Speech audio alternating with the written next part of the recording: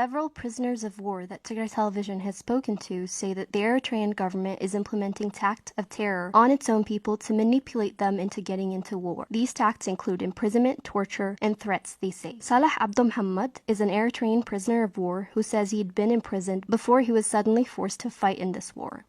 أنا ما كنت مع في الدش في الدش معناتها كنت هربت منهم مسكوني دخلوني في السجن. I escaped from the military, but then they caught me and put me in the prison for 4 months. Afterwards, they brought me here. I didn't know what we were getting into. When I asked others, they said that we will only be taking training, but they ended up forcing us into the war. The prisoners pointed out severe penalties and sufferings await anyone who attempts to oppose or question the orders from the government.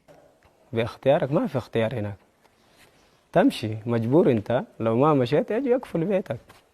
لو عندك مرة وعيال يرمون برا. We don't have an end goal or a choice. We are simply forced. If we don't do what they ask of us, they lock our homes, throw our kids and wives and the rest of our family members out. If you happen to have parents, they imprison them. The rules are pretty clear. If you do not obey their orders, there is no guarantee to what happens to you. Mass media نكاتة بتعامل لجرم أبديك ستايكا يبلي تسب لك كم زي تريو أب تقاوم تناي أسنى قلي دري سب لك عقوم يسمعي. The people in Eritrea are against the authoritarian regime ideologically. However, no one had the intention of opposing the system by any means, knowing that it all comes down to severe consequences. The people outside Eritrea are free to say whatever they have in their minds, and so they do. We watch television broadcasts, programs by the opposing parties, as to why the life of Eritrean youths are being wasted on this war. We feel what they say and approve it at heart, but we can't do anything about it. You can't say anything to criticize the government, and if you do, you're bound to go to prison and suffer the consequences.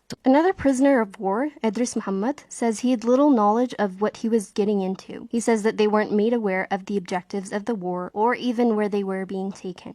لا عندنا هدف لا شيء ناويين نسويه معناتها ما عارفين ذات ولا من جينا من قحطيلاي ركبنا في العربات. We didn't have any objective or plan when entering this war. When we left Gahtalai, we didn't know whether we were going for training or war. There is one thing that we were told. If you get caught, we would be executed, and that we should kill them before they do. Idris added that there would have been no way for them to participate in this war had they found out the sham of it. نحن لو كنا نعرف الهدف قبل ما نقوم في محلنا كنا تكلمنا أو هربنا. Had we learned the purpose of this war earlier, we would have opposed it or escaped somehow. The Tigray people are within their jurisdiction. They are fighting for their survival. But our presence in this war was uncalled for. One with an objective cannot achieve. Lastly, the prisoners called on the people of Eritrea and Ethiopia to prioritize the prevalence of peace and stability and work towards common good. والله أنا أوجه للشباب وخاصة لكل المجتمع مش الشباب لكل المجتمع الموجود الشيء أنا ما منه هدف ما منه كير وخاصة الجار جار.